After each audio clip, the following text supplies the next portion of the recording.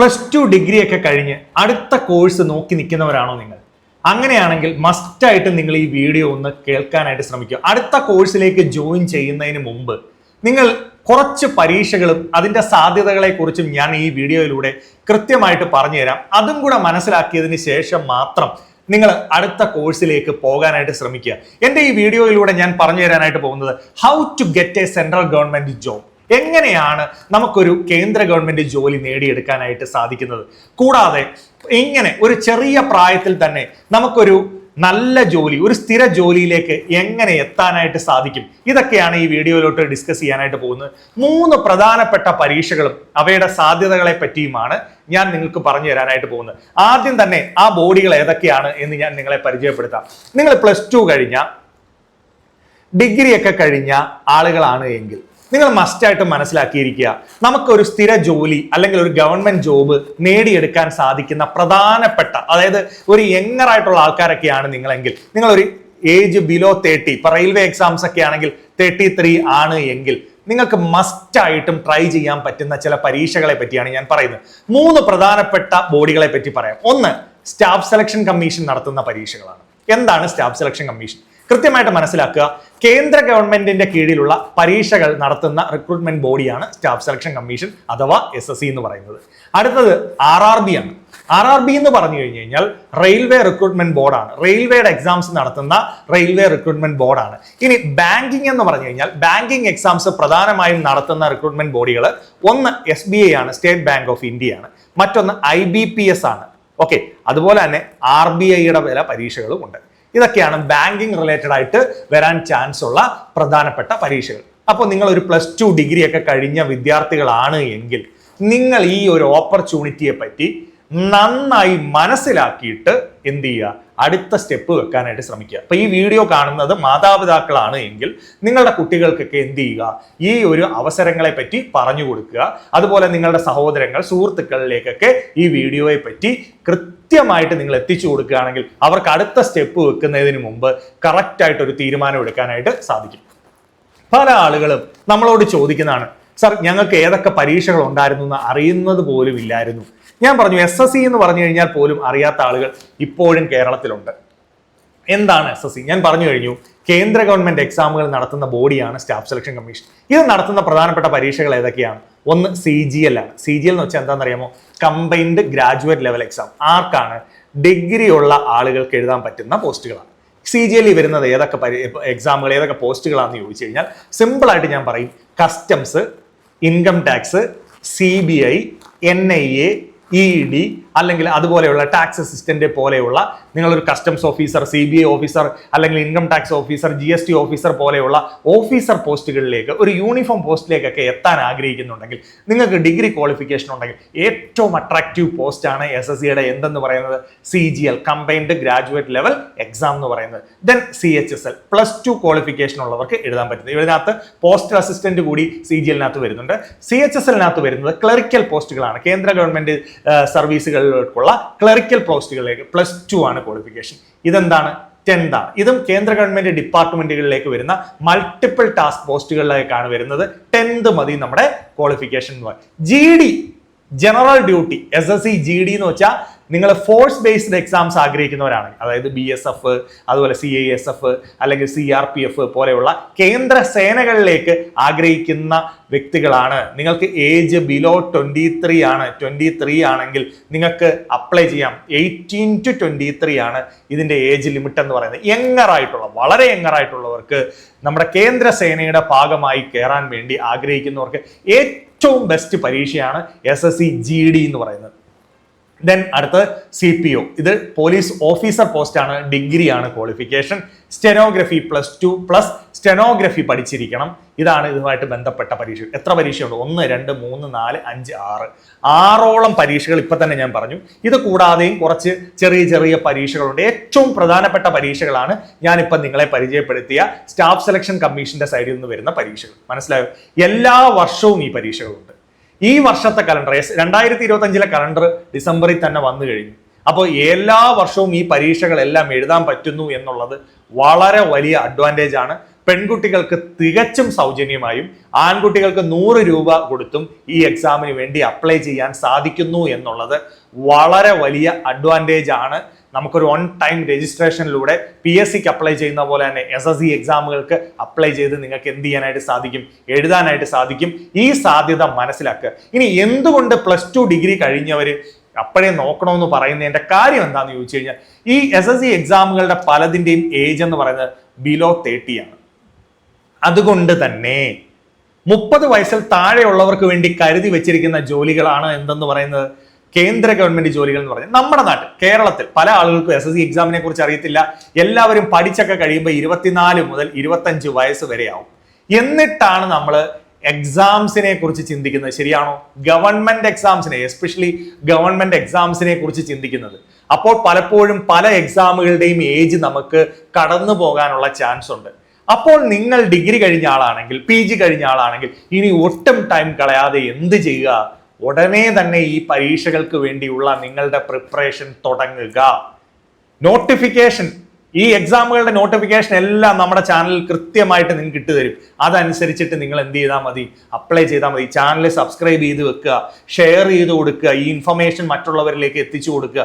വളരെ വിലപ്പെട്ട ഇൻഫർമേഷൻ ആണ് ഞാൻ നിങ്ങൾക്ക് പറഞ്ഞു തന്നത്. നിങ്ങളുടെ ജീവിതത്തിൽ 20 വയസ്സിനും 28 വയസ്സിനും ഇടയ്ക്ക് ഒരു ജോലിയിൽ കയറി നിങ്ങളുടെ ജീവിതത്തിന്റെ പ്രധാനപ്പെട്ട നിർണായക തീരുമാനങ്ങളൊക്കെ എടുക്കുന്ന സമയത്ത് നിങ്ങൾ സ്വസ്ഥരായിട്ട് ലൈഫ് മെയിൻറ്റെയിൻ ചെയ്യാൻ ആഗ്രഹിക്കുന്നുണ്ടെങ്കിൽ SSCയുടെ പരീക്ഷകളെ പറ്റി അറിയുക. ഒരു വർഷം തന്നെ, ഇപ്പൊ നമ്മുടെ അക്കാഡമിയിൽ തന്നെ കഴിഞ്ഞ വർഷം ജൂണിൽ വന്ന് ജോയിൻ ചെയ്തിട്ട് ഈ വർഷം 2025 മെയ് ആയപ്പോൾ തന്നെ സർവീസിൽ പ്രവേശിച്ചവരുണ്ട്.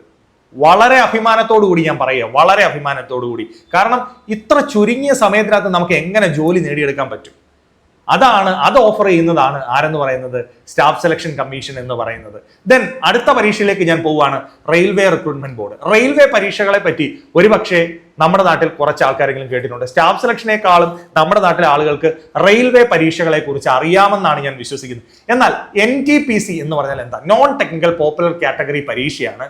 ഇതിനകത്താണ് നമുക്ക് ഇപ്പോൾ ഒരു TTE ആവണം, അല്ലെങ്കിൽ ഗൂഡ്സ് ഗാർഡ് ആവണം, ഒരു സ്റ്റേഷൻ മാസ്റ്റർ ആവണം, ഇങ്ങനെയുള്ള റെയിൽവേയുടെ നല്ല അട്രാക്റ്റീവ് പോസ്റ്റുകളിലേക്കൊക്കെ എത്തുന്നത് NTPC non technical popular category പരീക്ഷയാണ്. ഇത് +2കാർക്കും ഡിഗ്രി ക്വാളിഫിക്കേഷൻ ഉള്ളവർക്കും ഉണ്ട്. പറഞ്ഞ മനസ്സിലായോ? ഗ്രൂപ്പ് D പരീക്ഷ പ്യുവർലി 10th ഓറിയന്റഡ് ആയിട്ടുള്ള പരീക്ഷയാണ്. റെയിൽവേയിൽ തന്നെയുള്ള ചെറിയ ചെറിയ പോസ്റ്റുകളിലേക്കുള്ള പരീക്ഷയാണ്. ALP എന്ന് പറഞ്ഞാൽ 10th പ്ലസ് ITA വേണ്ട പരീക്ഷകളാണ് ALP. നമുക്ക് ലോക്കോ പൈലറ്റ് ഒക്കെ ആവാൻ നിങ്ങൾ ആഗ്രഹിക്കുന്നുണ്ടെങ്കിൽ നിങ്ങൾക്ക് മസ്റ്റായിട്ടും വരുന്നൊരു പരീക്ഷയാണ് ALP പരീക്ഷ എന്ന് പറയുന്നത്. ടെക്നീഷ്യൻ പരീക്ഷയും 10th പ്ലസ് ITA വരുന്ന ടെക്നീഷ്യൻ പോസ്റ്റുകളിലേക്കാണ്. RRB JEE എന്ന് വെച്ചാൽ ഡിപ്ലോമ അതുപോലെ BTechകാർക്ക് വരുന്ന പരീക്ഷയാണ്. പറഞ്ഞു മനസ്സിലായോ? അപ്പോൾ ക്വാളിഫിക്കേഷൻസ് എല്ലാം ഞാൻ പറഞ്ഞു. ഇതിന്റെ ഒരു ഏജ് എന്ന് പറയുന്നത് ബിലോ 33 ആണ് പലപ്പോഴും എന്തിനുള്ളത്? റെയിൽവേ പരീക്ഷകൾക്കുള്ള കുറച്ചുകൂടി ഒരു ഏജ് ഉണ്ട്. അതുകൊണ്ട് തന്നെയാണ് പല ആളുകൾക്കും ഈ എക്സാമിനെ കുറിച്ച് അറിയാവുന്നത്.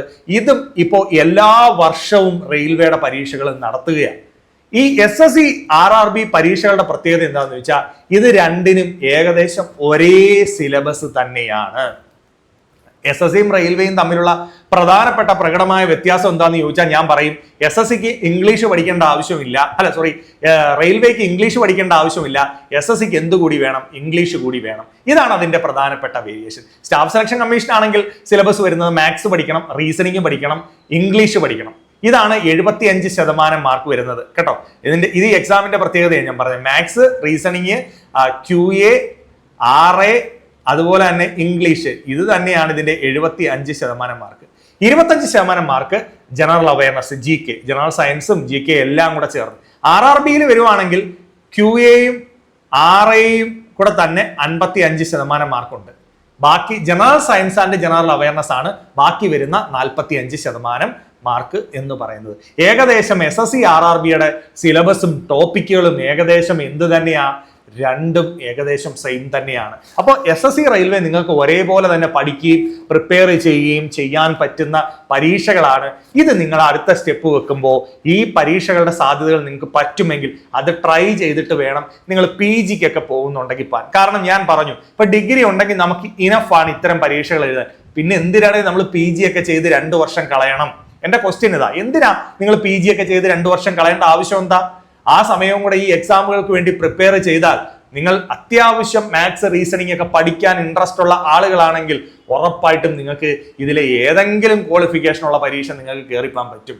ഇത് കൂടാതെ ബാങ്കിങ് എക്സാംസ്, ഞാൻ പറഞ്ഞു ക്ലറിക്കൽ PO പരീക്ഷകളാണ്, ഡിഗ്രി ആണ് വരുന്നത്. പ്രധാനപ്പെട്ട പരീക്ഷകൾ SBIയുടെ സ്റ്റേറ്റ് ബാങ്ക് ഓഫ് ഇന്ത്യയുടെ ക്ലറിക്കൽ PO പരീക്ഷകളുണ്ട്, IBPSന്റെ ക്ലറിക്കൽ PO പരീക്ഷകളുണ്ട്, RBI അസിസ്റ്റന്റ് പോലെയുള്ള പരീക്ഷകളുണ്ട്, ഇൻഷുറൻസ് എക്സാമുകളുണ്ട്.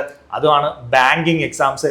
ഡിഗ്രി ഉള്ള ആളുകളെ സംബന്ധിച്ച് ഇതും വലിയൊരു ഓപ്പർച്യൂണിറ്റിയാണ്. അപ്പൊ ഞാൻ നിങ്ങളോട് പറയുന്നു, നിങ്ങൾ ഒരു മിനിറ്റ് ഒന്ന് ശ്രദ്ധിക്കുക, നിങ്ങൾ ഒരു മിനിറ്റ് ഒന്ന് നിന്ന് ആലോചിക്കുക.